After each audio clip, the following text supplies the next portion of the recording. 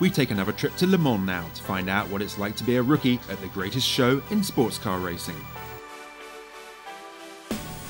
Every year, the 24 Hours of Le Mans throws up dozens of stories, but for those taking part for the very first time, it's an experience they'll remember for the rest of their careers. This is the race that made me want to compete in sports cars for a career rather than going Formula One or IndyCar. So to come here as an American with Chevrolet and Corvette is really the perfect fit as an American driver, and so I'm really happy and excited. It's a really great experience so far. The atmosphere here is great. Down scrutineering was crazy at parade. It's 50 times crazier, but you couldn't walk anywhere without having 50 autographs, and it was really a cool experience, and to see all the fans so dedicated. And the same with the autograph session yesterday, pouring with the rain, and still I think we gave out 2,000 signed cards, so it was just phenomenal. I was 10 years old at the time when I came here for the first time, so as a little kid you look up at these grandstands on the pit straight, it just looks massive. When the podium opens up, you just see floods of people coming down onto the front straight, and it's just overwhelming as a young kid. So now, more grown up, I can respect it more, and it's just a huge event, really. Both Corvette's Jordan Taylor and ProSpeed's Sean Edwards have lived the race through their father's many experiences here, with Wayne Taylor actually winning the race in 1998. But there's only one way to really learn the Circuit de la Sarthe.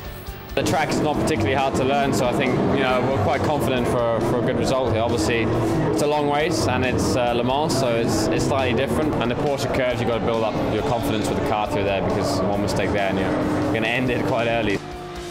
First time leaving the pits, going through the first few corners and then getting on Mulsanne straight, you're thinking, okay, this is going to be a long straight.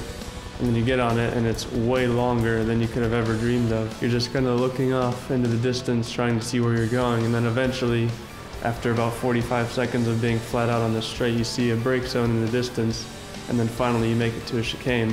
Through the night session, obviously here, it's meant to be quite dark around Le Mans. I'm not sure, but apparently they've put some new lights in, so we'll have to see how that works out. But it'll be interesting to see how the Audis are as well with their strobe lighting. Apparently a lot of people were complaining about that last year. Hopefully that's a little bit better.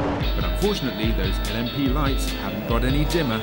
You can't tell if they're 1,000 yards or 10 feet behind us. The first car went by, I saw the lights and I thought, okay, he's way back there.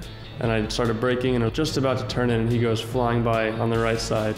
And that kind of woke me up and said, okay, I got to be way more on it and awake to realize that these guys are not going to be waiting around for all 24 hours to go by me.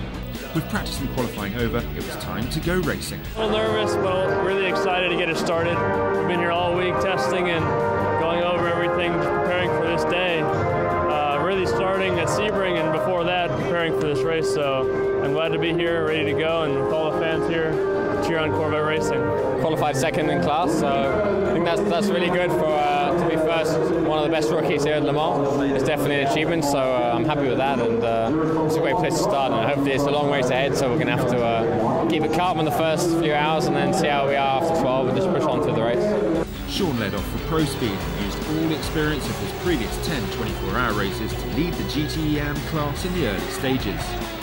The 73 Corvette wasn't firing on all cylinders, but was still in contention in GTE Pro when Jordan, with 5 Daytona 24-hour races behind him, finished his first stint at Le Mans. Probably a relief to get that first one over without any mistakes, just to get comfortable out there and then race mode. I was happy to get that done and now go on with the rest of the race, but for the stint itself, I was feeling comfortable in the car. We'll keep pushing. Despite the early efforts, mechanical issues cost the 75 Porsche any realistic chance of victory, but Sean wouldn't give up yet. Lost a lot of time early on, and we're just trying to keep it safe and cruise around. I hope other people can have problems, because there's no way we can gain 8 laps on pace. We've got to keep going, keep no mistakes, keep out of the pits, and hopefully no problems for us. Just hope the other cars have technical problems or they make mistakes and go off. But it was their own car that went off, with teammate Abdulaziz Al Faisal at the wheel. While Sean will be hoping for better luck at the Spa 24 Hours, Jordan's 73 Corvette fared a little better. Steering issues meant they would finish off the podium, but he would make it through the 24 hours. Kind of a special moment just to see the sun and going down the Dunlop section and everything, so I really enjoyed it. This race, after doing it once, I think you get hooked and you just want to come back even more just to try defeat the race.